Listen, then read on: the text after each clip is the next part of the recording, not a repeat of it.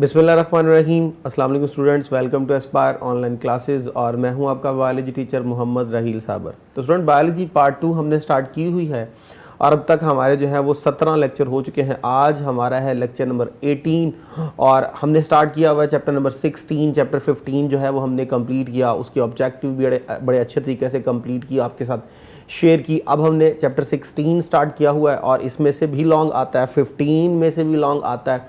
अगर हम pairing scheme में जाएं तो 15 का 25 से पेयर है और 16 का चैप्टर 20 से पेयर है। तो आइए जी स्टार्ट करते हैं नेक्स्ट क्वेश्चन, जो कि बड़ा ही इंपॉर्टेंट क्वेश्चन है। जब हमने चैप्टर शुरू किया तो चैप्टर का नेम था स्पोर्ट एंड मूवमेंट। तो लास्ट लेक्चर्स में हमने जो 2 लेक्चर हमने कंप्लीट किए उनमें हमने बात की थी सपोर्ट के ऊपर। आइए जी आज के लेक्चर में हम बात करेंगे मूवमेंट के ऊपर। तो सपोर्ट भी लिविंग ऑर्गेनिज्म में होती है, तो मूवमेंट भी लिविंग ऑर्गेनिज्म में होती है। तो अगर आपको याद हो चैप्टर 1 जब आपने पढ़ा पार्ट 1 का, तो तब आपने लिविंग ऑर्गेनिज्म में एक बड़ा इंपॉर्टेंट कैरेक्टर पढ़ा था और वो कैरेक्टर था हमारा मूवमेंट। तो मूवमेंट बहुत इंपॉर्टेंट कैरेक्टर है जो लिविंग ऑर्गेनिज्म का कैरेक्टर है और ये जो कैरेक्टर है वो हमेशा प्रोड्यूस होता है in response to any kind of stimulus. यानी मूवमेंट हम इस तरह कह सकते हैं कि बेसिकली ये एक रिस्पॉन्स होता है जो स्टिमुलस पे आप क्या करते हो, परफॉर्म करते हो। अब मूवमेंट मैंने कहा लिविंग ऑर्गेनिज्म का कैरेक्टर, तो लिविंग ऑर्गेनिज्म जो है वो 2 तरह के होते हैं। वो आपके पास एनिमल्स भी हैं तो प्लांट भी हैं। तो इसका मतलब ये हुआ कि जब हम मूवमेंट के कैरेक्टर की बात करेंगे तो हमें प्लांट में भी मूवमेंट डिस्कस करनी है और एनिमल में भी मूवमेंट को क्या करना है, डिस्कस करना है। आज के लेक्चर में हमें जो है वो प्लांट्स के अंदर मूवमेंट्स को डिस्कस करना है। देखेंगे कि कौन कौन सी मूवमेंट प्लांट में हो रही हैं और कौन कौन से ऐसे कैरेक्टरिस्टिक्स हैं, कौन कौन से ऐसे स्टिमुलस हैं जो कि क्या कर रहे हैं, मजबूर कर रहे हैं प्लांट्स को वो रिस्पॉन्स शो करने पर, वो मूवमेंट्स करने पर। सो मूवमेंट्स क्या होती हैं जी? Organism respond to the external environment as well as internal environment on the base of stimulus। तो डेफिनेटली एक्सटर्नल environment में या इंटरनल environment में जब कभी किसी किस्म का कोई स्टिमुलाई आ जाता है, कोई स्टिमुलस आ जाता है, तो उस बेस पे आप लोग क्या करते हो, रिस्पॉन्ड करते हो। अब इंटरनल एनवायरनमेंट में चेंज, सपोज आपको भूख लग गई तो वो इंटरनल एनवायरनमेंट में चेंज है और उसकी वजह से आपकी बॉडी में हंगर पेन जनरेट होती है। एक्सटर्नल एनवायरनमेंट में हवा बड़ी तेज चल रही है, जब हवा बड़ी तेज चली है तो फौरन आप अपनी आंखों को बंद कर लेंगे क्योंकि डस्ट पार्टिकल अंदर ना चले जाए, तो ये आपका रिस्पॉन्स है जो कि मूवमेंट कहलाएगा। लेकिन एक्सटर्नल एनवायरनमेंट में जो हवा चल रही है वो एक्सटर्नल एनवायरनमेंट में चेंज है जो कि स्टिमुलस होगा। तो स्टिमुलस बेसिकली वो होता है जो एक्सटर्नल या इंटरनल एनवायरनमेंट में चेंज होता है और उसके बिहाफ पे आप जो रिस्पॉन्स करते हो वो हमारी क्या होती है, मूवमेंट। ऑर्गेनिज्म में हम स्टिमुलस की बिहाफ पे होती है। अगर मैं बात करूं एनिमल्स की, तो एनिमल जब भी रिस्पॉन्स करेंगे एक्सटर्नल एनवायरनमेंट में चेंज को, तो वो करेंगे बाय शोइंग देयर मोशन। तो वो मोशन शो करके क्या करते हैं, अपने एक्सटर्नल एनवायरनमेंट में स्टिमुलस को क्या करते हैं, रिस्पॉन्ड करते हैं। बिल्कुल इसी तरह प्लांट्स भी क्या करेंगे, वो भी मूवमेंट शो करेंगे। जब वो मूवमेंट शो करेंगे तो डेफिनेटली उनके ऊपर भी वजह कौन बनेगा, स्टिमुलस। तो उन्होंने भी क्या करना है, किसी ना किसी जो है वो बिहाफ पे स्टिमुलस को रिसीव करके क्या शो करना है, अपनी मूवमेंट को शो करना है। अब जो एनिमल की मूवमेंट होती है वो आपने अभी कहा वो मोशन करेंगे। जब मोशन करेंगे तो कभी कभी ऐसा भी हो सकता है वो क्या करें, अब उस स्टिमुलस की वजह से अपनी लोकेशन ही चेंज कर ले। अगर लोकेशन ही चेंज कर ले तो आपको याद होगा हमने कहा था उसे लोकोमोशन कहते हैं। लेकिन प्लांट्स में अगर ऐसा हो जाए कि किसी किस्म का स्टिमुलस हो, चाहे वो एक्सटर्नल हो चाहे वो इंटरनल हो, so plants are unable to change their place, क्योंकि वो अपनी जगह पे क्या रहते हैं, फिक्स रहते हैं। तो जब भी उन्होंने मूवमेंट करनी होती है शो, तो वो क्या करते हैं, ग्रोथ में डिफरेंस ले आते हैं जिसकी बिहाफ पे उनके शेप के अंदर, बॉडी के अंदर किसी ना किसी किस्म का चेंज आ जाएगा। उसी चेंज को हम क्या कंसीडर करते हैं, मूवमेंट कंसीडर करते हैं। सो आइए जी स्टार्ट करते हैं प्लांट्स में कुछ मूवमेंट्स को। तो प्लांट्स में मूवमेंट हमारे पास 2 तरह की है। अब क्या बेस बनाई गई, क्या क्लासिफिकेशन रखी गई जिसकी बेस पे हमने ये 2 टाइप्स पढ़नी है। स्टूडेंट, मैंने अभी कहा कि लिविंग ऑर्गेनिज्म का जो कैरेक्टर है वो मूवमेंट है। अब मूवमेंट जब कैरेक्टर है तो डेफिनेटली वो होगा on the base of specific kind of stimulus. Stimulus होगा तो आप मूवमेंट शो करेंगे, स्टिमुलस नहीं होगा तो आप मूवमेंट शो नहीं करेंगे। तो स्टिमुलस 2 तरह का है, एक्सटर्नल स्टिमुलस, इंटरनल स्टिमुलस। जब कभी आपकी बॉडी में जो है वो चेंज आ रहा है तो वो इंटरनल स्टिमुलस होगा जिसकी बिहाफ पे आप कोई ना कोई रिस्पॉन्स शो करेंगे। और जब एक्सटर्नल एनवायरनमेंट में कोई चेंज आ रहा है तो वो एक्सटर्नल स्टिमुलस होगा जिसकी बेस पे आप कोई ना कोई क्या करेंगे, रिस्पॉन्स शो करेंगे। अब जब हम प्लांट्स में मूवमेंट को डिस्कस करने जा रहे हैं तो उनकी क्लासिफिकेशन भी हम स्टिमुलस की बेस पे करेंगे। अगर तो इंटरनल एनवायरनमेंट में चेंज आ रहा है और उस पे प्लांट जो है वो रिस्पॉन्ड कर रहा है या प्लांट के डिफरेंट पार्ट जो है वो रिस्पॉन्ड कर रहे हैं, तो वो होगा जी आपके पास बाय नेचर ऑटोनॉमिक मूवमेंट। और अगर आपके पास ऐसा है कि एक्सटर्नल एनवायरनमेंट में चेंज आ रहा है और उस एक्सटर्नल एनवायरनमेंट में चेंज के ऊपर प्लांट जो है या प्लांट के पार्ट जो है वो रिस्पॉन्ड कर रहे हैं, तो फिर हम उसे बोलेंगे paratonic movement. So autonomic movement हमारे पास क्या है? Movements in response to internal stimulus, यानी कि प्लांट के इंटरनल एनवायरनमेंट में चेंज आएगा और उस इंटरनल एनवायरनमेंट को स्टेबलाइज करने के लिए, बैलेंस करने के लिए, अकॉर्डिंग टू स्टिमुलस अपने आप को एडजस्ट करने के लिए प्लांट क्या करेगा? अपने अंदर डिफरेंट चेंजेस को शो करेगा। उन चेंजेस को जब शो करेगा तो वो विद रिस्पेक्ट टू ग्रोथ हो सकती हैं या कोई और हो सकती हैं, जिस पे उसके अंदर जो चेंज आएगा उसे हम क्या बोलेंगे? ऑटोनॉमिक मूवमेंट्स कहेंगे। हमारे पास जो है ये फॉलोइंग टाइप्स की हैं।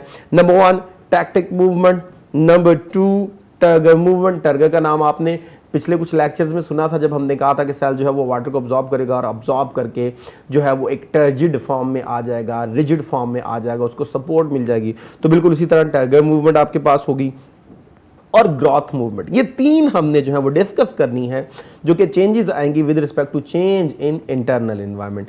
आइए जी बात करते हैं with the first one which is tactic movement. अब टैक्टिक मूवमेंट क्या होती है? Movement of an entire cell और organism from one place to another place on the behalf of specific stimulus. अब यहाँ पे बात जो है वो बड़ी कंफ्यूजन जो है वो क्रिएट कर रही है। आपने पढ़ना है प्लांट्स के अंदर मूवमेंट को, और आपने अभी जो है वो मैंने अभी स्टेटमेंट बोली, movement of the organism are cell from one place to another place.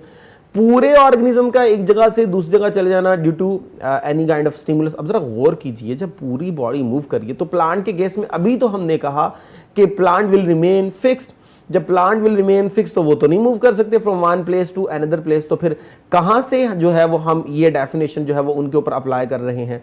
Definitely plant पूरा मूव नहीं करेगा, लेकिन प्लांट का कोई ना कोई पार्ट होगा, कोई ना कोई सेल होगा जो कि मूव करेगा from one place to another place. तो जब प्लांट का कोई एक पार्ट पूरे का पूरा मूव कर रहा हो from one place to another place और प्लांट पूरा मूव ना कर रहा हो, तो वो आपके पास क्या होगा? टैक्टिक मूवमेंट होगा।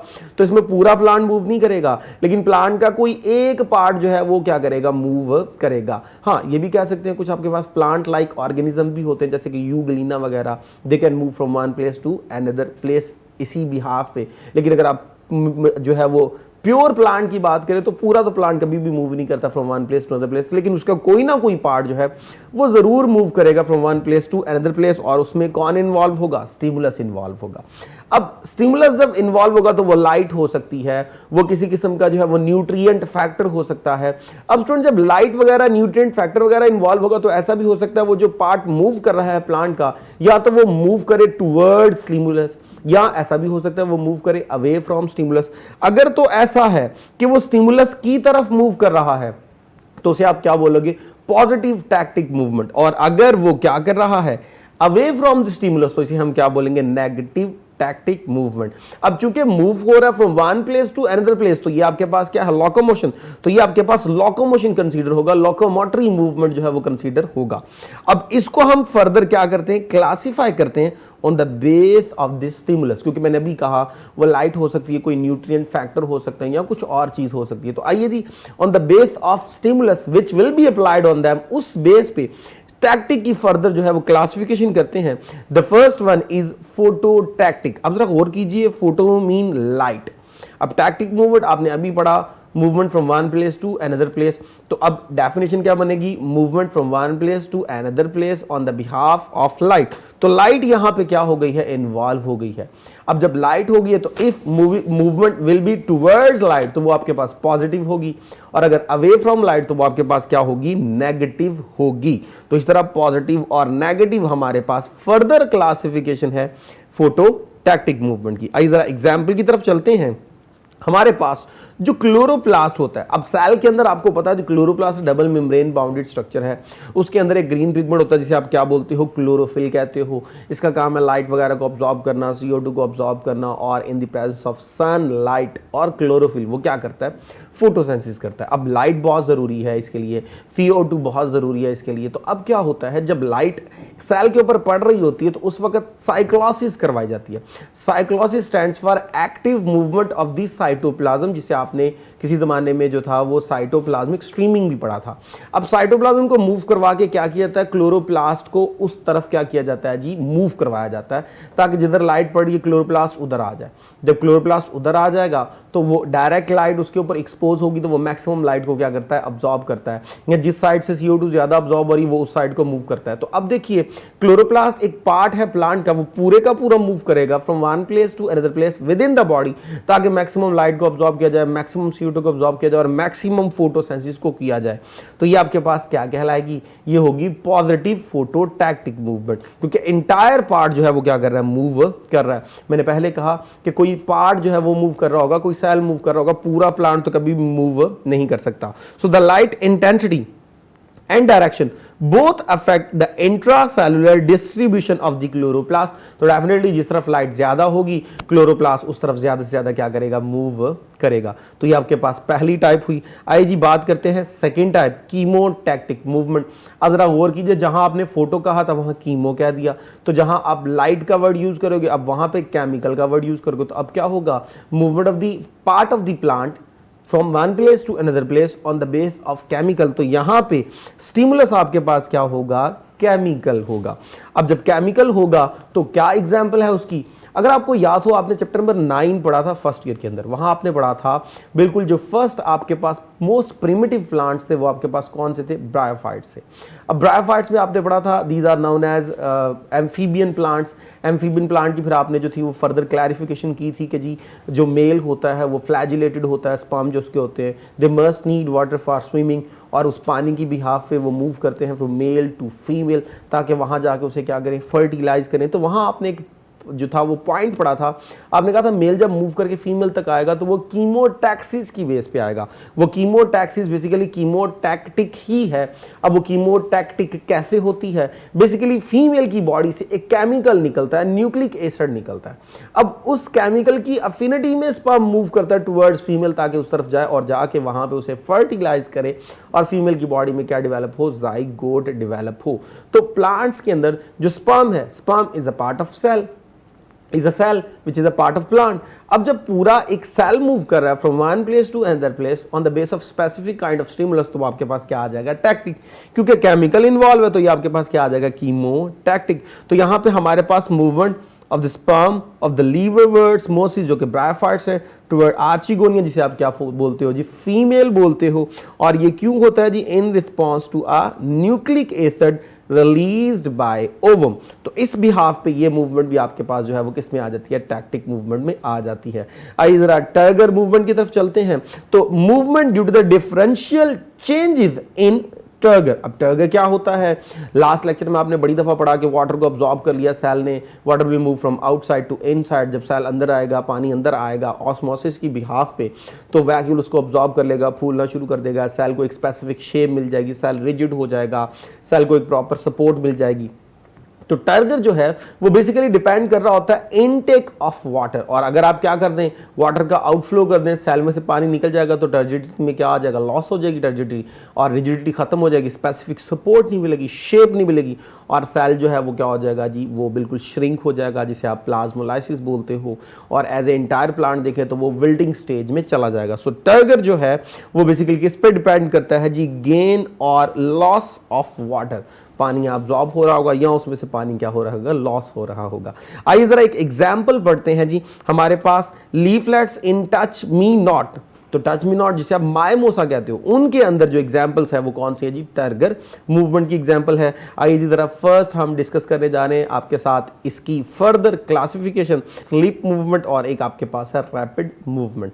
तो आइए जी जरा फर्स्ट हम स्टार्ट करने जा रहे हैं विच इज स्लीप मूवमेंट। अब स्लीप मूवमेंट क्या होता है, जो हमारे पास बीन प्लांट होते हैं या लेग्यूमिनस प्लांट, ये जो लेग्यूमिनस प्लांट क्या होते हैं, जिनकी रूट के अंदर नोड्यूल्स होती हैं, उनके अंदर नाइट्रोजन फिक्सिंग बैक्टीरिया होते हैं जो नाइट्रोजन को फिक्स करके इनको देते हैं। तो एक सिम्बायोटिक एसोसिएशन उन्होंने डेवलप कर ली होती है। वो जो प्लांट्स होते हैं ये क्या करते हैं, रात के वक्त दे लोअर देयर लीफ, अपने लीफ बंद कर लेते हैं और जैसे ही सुबह आती है दे रेज देम, ये उनको प्रॉपर तरीके से क्या कर लेते हैं, खोल देते हैं। तो रात को लीव्स का जो है वो क्लोज हो जाना और सुबह के वक्त उनका प्रॉपर ओपन हो जाना, इन्हें हम क्या बोलते हैं, स्लीप मूवमेंट या स्लीपिंग मूवमेंट। अब ये जो मूवमेंट होती है ये सारी की सारी डिपेंड करती है चेंज इन टर्गर, और वो भी किस में, पल्विनस में। अब पल्विनस क्या होता है, इधर आप नीचे देखिए जी, लीफ आपको नजर आ रहा है। इस लीफ का ये जो सारा ब्लेड है ग्रीन कलर वाला, इसे लैमिना कहते हैं। अंदर ये जो आपको स्टाक नजर आ रही है इसे मिडरब कहते हैं। ये जो नजर आ रही है इन्हें वेन्स कहते हैं। अब ये जो नीचे है ये स्टाक है।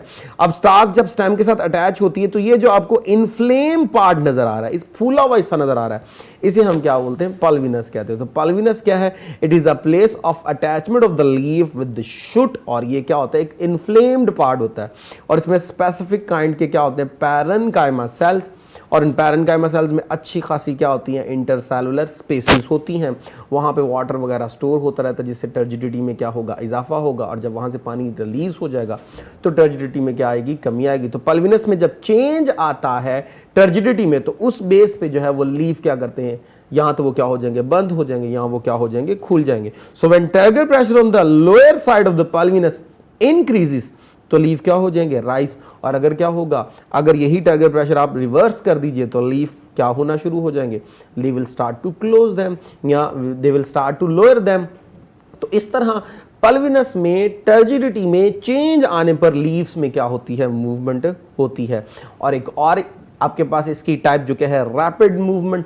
अब रैपिड मूवमेंट में क्या है, क्योंकि पीछे वाला चेंज जो है इट विल टेक टाइम, लंबा टाइम लगता है, लेकिन जो रैपिड मूवमेंट होती है वो आपके पास होती है जी टच मी नॉट में, जिसे आप क्या बोलते हो, माए मोसा, जिसे आप आसान अल्फाज में उर्दू में छुई मुई का पौधा कहते हो। आपने फील किया होगा जब आप उसे हाथ लगाते हो फौरन उसके लीफ बंद होना शुरू हो जाते, जैसे आपको ये नज़र आ रहा है।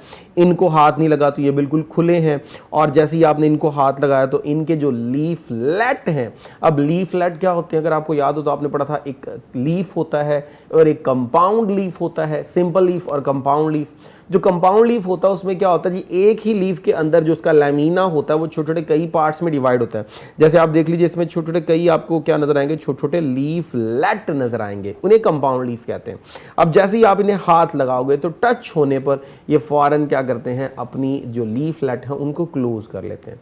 और जैसे ही इन्होंने लीफलेट को क्लोज कर लिया तो वो होगा due to the change in turgidity. So student क्या होगा, द लीफलेट्स फुल टुगेदर, जैसे आपको नजर आ रहा है, जैसे ही टच किया है their response take place due to the loss of turgor. तो ये क्यों आएगा, क्योंकि टर्गर में क्या आ गया है, चेंज आ गया है। आप जैसे ही जो है वो अटैच करेंगे अपना हाथ उसके जो है वो लीफलेट के साथ या पूरे लीफ के साथ, फौरन वो फोल्ड होना शुरू हो जाएंगे और अपना जो है वो टर्गर प्रेशर लॉस करना शुरू कर देंगे। सो होता क्या है, टर्गर प्रेशर चेंज कहाँ आएगा, occur in pulvinus at the base of each leaflet. एक और इन्वेस्टिगेशन जो है वो की गई, वो भी बता रही है कि यहाँ पर टर्गर का तो जो है वो रोल है ही, साथ साथ पोटाशियम आयन जो है वो सबसे पहले क्या होते हैं, अंदर की तरफ मूव करते हैं, जिसकी बिहाफ पे फिर वाटर लॉस होना शुरू होता है। एक्सऑस्मोसिस होती है, water will start to move from inside to outside, turgidity loss हो गया और फौरन जो है वो क्या होता है, लीफलेट क्लोज होना शुरू हो जाते हैं। तो ये था आपके पास इसकी जो है वो टर्गर प्रेशर्स की, टर्गर मूवमेंट्स की डिफरेंट टाइप्स। आइए जी स्टार्ट करते हैं with the next one which is growth movement. अब ग्रोथ मूवमेंट क्या होती है, movement due to the unequal growth. तो बॉडी के डिफरेंट पार्ट जब अनइक्वल मैनर में ग्रोथ शो करते हैं तो उसे हम क्या बोलते हैं जी, वो आपके पास ग्रोथ मूवमेंट होती है। मीन कोई एक पार्ट ज़्यादा ग्रो कर रहा है तो कोई दूसरा पार्ट जो है वो कम ग्रो करेगा, तो जो है वो डिफरेंट ग्रोथ की वजह से जो है वो शेप में चेंज आ जाएगा। जब शेप में चेंज आ जाएगा तो उसे हम क्या कंसीडर करेंगे, मूवमेंट कंसीडर करेंगे due to the growth. So growth भी जो है वो भी जिम्मेदार है और वो किन किन में हो सकती है, स्टेम में हो सकती है, रूट्स में हो सकती है, टेंड्रिल में। टेंड्रिल क्या होते हैं, जो अगर आप पी प्लांट देखो तो पी प्लांट की जो स्टेम होती है वो बड़ी वीक होती है, तो वहाँ से छोटे छोटे थ्रेड लाइक स्ट्रक्चर्स निकलते हैं जो कि अपने आप को किसी सपोर्टिव चीज़ के साथ, किसी सराउंडिंग प्लांट के साथ जो है वो अटैच कर लेते हैं वहाँ पे ट्विस्ट होकर, और पूरे जो वीक प्लांट है उसे क्या करते हैं, सपोर्ट देते हैं। उसे हम क्या बोलते हैं, टेंड्रिल्स या बर्ड्स वगैरह। तो इनके अंदर जो आती हैं चेंजेस वो आती हैं on the behalf of change in growth. अब जरा, there are 3 types of the growth movement. The first one is epinasty. अब एपिनेस्टी क्या होता है, डेफिनेटली ये लीव्स के अंदर और पेटल्स के अंदर होती है, जिस दौरान क्या होता है, the upper surface of the leaf in the bird condition show more growth. अब ये देखिए, ये आपके पास लीफ है, ये इसका अपर एपिडर्मस, ये लोअर एपिडर्मस। अपर वाला हिस्सा जो है वो क्या करेगा, ज्यादा ग्रो करेगा। अब नीचे वाला हिस्सा कम ग्रो करेगा। जब अपर वाला ज्यादा ग्रो करेगा, नीचे वाला कम ग्रो करेगा, तो डाउनवर्ड कर्व आएगा। अब डाउनवर्ड कर्व आएगा तो डेफिनेटली आप देखिए शेप में क्या आ गया, चेंज आ गया। So upper surface of the leaf bird condition show more growth as compare to the lower surface. तो इस तरह क्या होगा, बर्ड ओपन होना शुरू हो जाएंगे। तो जब बर्ड ओपन होना शुरू हो जाएंगे, फ्लावर मुकम्मल तौर पे ओपन हो जाएगा, या जो लीफ है वो मुकम्मल तौर पे क्या हो जाएगा, ओपन हो जाएगा। तो वो आपके पास क्या है, एपिनेस्टी है। और अगर इसी को उलट कर दिया जाए तो आपके पास क्या बनती है जी, हाइपोनेस्टी। अब हाइपोनेस्टी क्या है, अभी हमने कहा था कि अपर पार्ट में ग्रोथ ज्यादा हो रही है तो लोअर पार्ट में कम, तो आपने कहा डाउनवर्ड कर्व होएगा। तो अगर ये हो जाए कि अपर पार्ट में कम ग्रोथ हो रही है और लोअर पार्ट में ज्यादा, तो अपवर्ड जो है वो कर्व होगा। जब अपवर्ड कर्व होगा तो आपके पास जो लीफ है वो फोल्ड होना शुरू हो जाएगा इनवर्ड डायरेक्शन में, या जो पेटल्स हैं वो इनवर्ड डायरेक्शन में मूव करना शुरू कर देंगी। तो लीफ आपके क्लोज हो जाएंगे, पेटल्स क्लोज हो जाएंगी और वो बड की फॉर्म में चल जाएंगी। फूल आपका जो है वो खिलने की बजाय बंद हो जाएगा। सो यहां पे क्या है, if growth in the lower surface of the leaf in bird condition is more than that of the upper surface, तो डेफिनेटली क्या होगा, the bird will remain close। तो इस तरह फ्लावर जो है वो आपका क्या रहेगा, क्लोज रहेगा। इसे आप क्या बोलते हैं, हाइपोनेस्टी बोलते हो। और थर्ड है इसकी टाइप हमारे पास न्यूटेशन। अब न्यूटेशन क्या होता है जी, the growing tip of the young stem move in zig zag fashion.